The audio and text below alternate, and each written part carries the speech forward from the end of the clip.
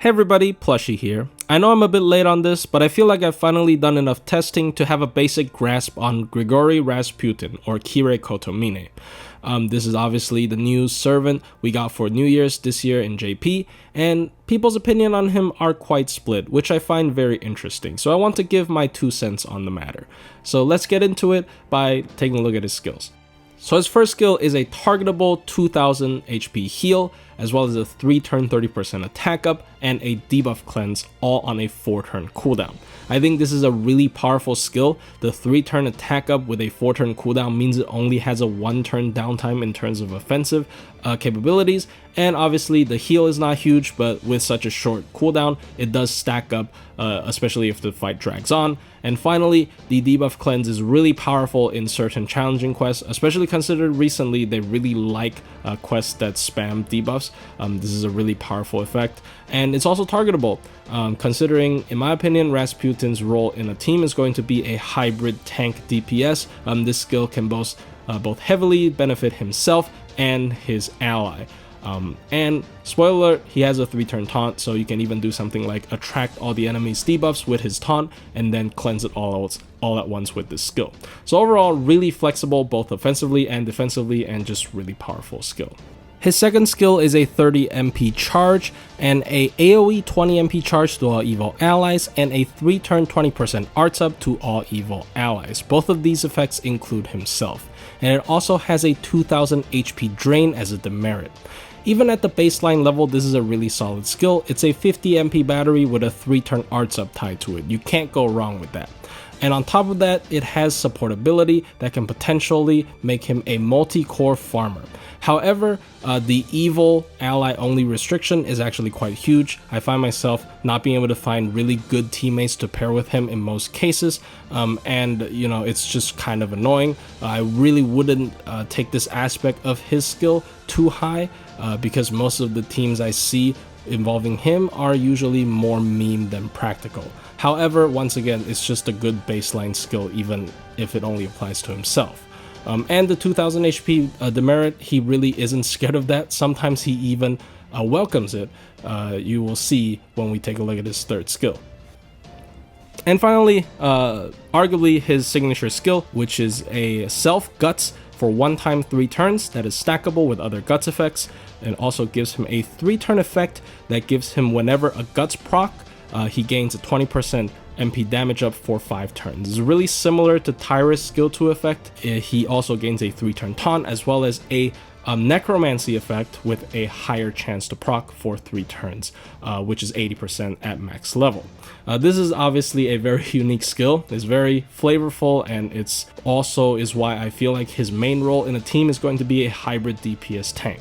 You really want this skill to proc multiple times, because the 20% MP damage up lasts quite long, and having this proc multiple times is not that hard in a team, because enemies don't completely stop moving after proccing a guts on a taunted servant if they're in a team as well. So he can easily get like 3 to 4 stacks of this for multiple turns, and that is almost a free black grail. So really powerful. His damage really skyrockets as this skill goes on. But obviously there is a limiter to this. The 80% chance of the guts proccing that isn't boostable by any other effect really holds it back. It's really RNG. His passives are pretty standard.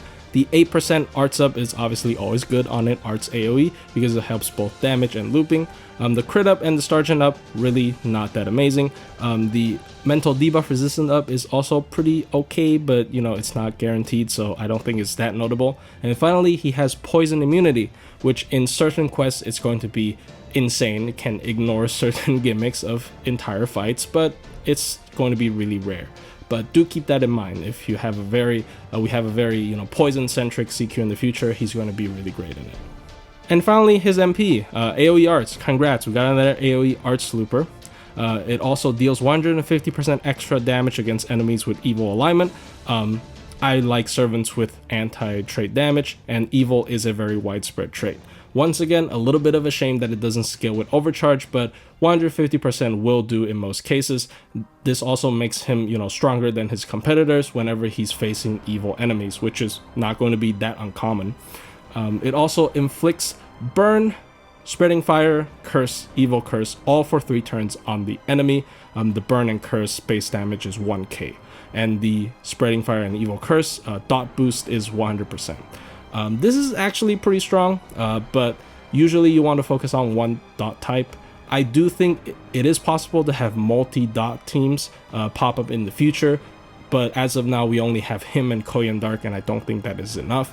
But you know, he also is kind of an MP looper, so if you loop his MP on a boss, this actually does stack up you know, quite a bit, especially if it's a long fight. And finally, his MP has a 60% chance to death all good enemies, which I don't even think this is a real effect. This is just more of a flavor bonus, because good is not that common on non-boss enemies, and you're not going to be deathing boss enemies. And finally, his overcharge effect is a art sub that happens before the MP hits, which only lasts for 1 turn and scales from 20% to 40%, which is quite disappointing, but a lot of MP has this effect. It is really boring, but it's just kind of standard. I don't have any complaints on it. So overall, how do I feel about the servant? Well, first and foremost, as an arts looper, I think he's pretty mediocre. He struggles against berserkers and assassins. Obviously, if you want it to work, it can still work with specific mystic code choices and a pen skill unlocks, but he obviously doesn't compare to the big 3 we talk about today, with Summer Ibuki, Summer Kama, and Space Ishtar, and he doesn't even compare that well with his alter ego peers, such as Kiara, who had an MP upgrade, or Taisui, who's guaranteed MP 5. However, he is going to outperform them when he's against evil enemies, which is actually not that rare, so I think he's fine in that regard. In terms of multi-core farming, I think he has really high potential if he finds the right teammates. His first skill is a 30% attack up that is pretty sizable, and his second skill obviously gives 20 MP charge as well as 20% arts up. But they have to be evil trait, which is actually not that easy to find that also works well in an arts multi-core farming team, in my personal opinion. I am more harsh on him than Dolman, and I did explain why. I think Dolman is a way more self-sustaining wave clearer. He has a bigger battery, he has bigger self buffs, and he even has insta-death compared to Rasputin, who most likely is going to need some buffs from another DPS or even Castoria.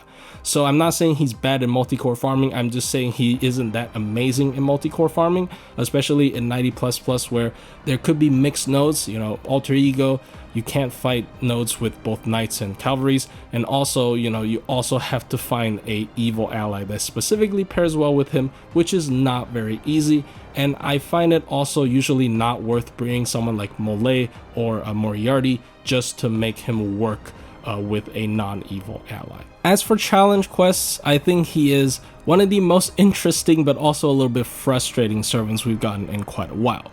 In the perfect world, he is absolutely insane. His third skill gives him immortality for 3 turns, protects your entire team with a taunt, as well as gain a bunch of MP damage ups in the process, but that all relies on the RNG guts proccing multiple times, which despite it being 80% is actually not that likely for it to happen for like 3-4 times, which is required within a 3-turn span.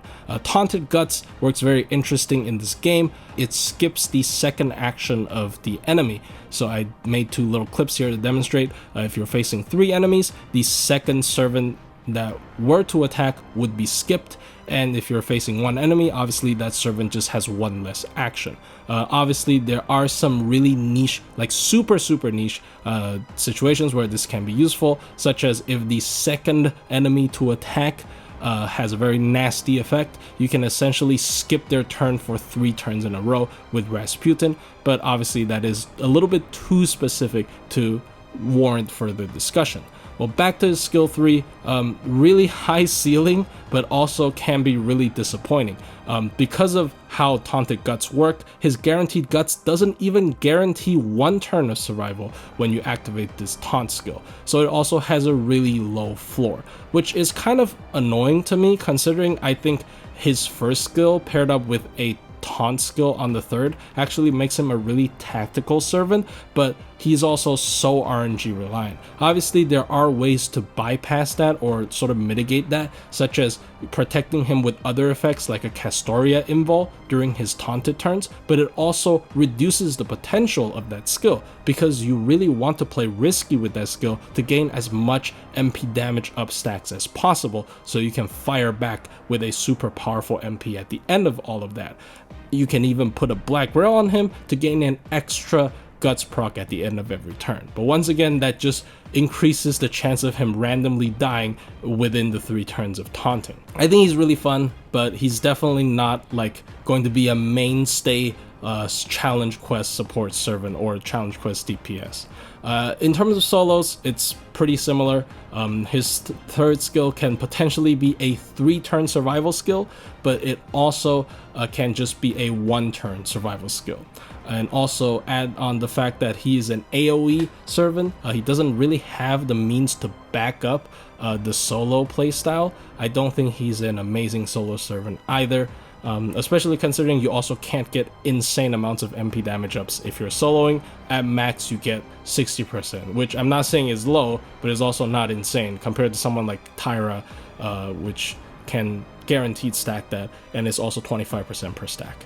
My final verdict on the servant is that he is definitely a very interesting character. He has an extremely high ceiling when the RNG lines up, and he has some form of baseline power level even when everything goes wrong.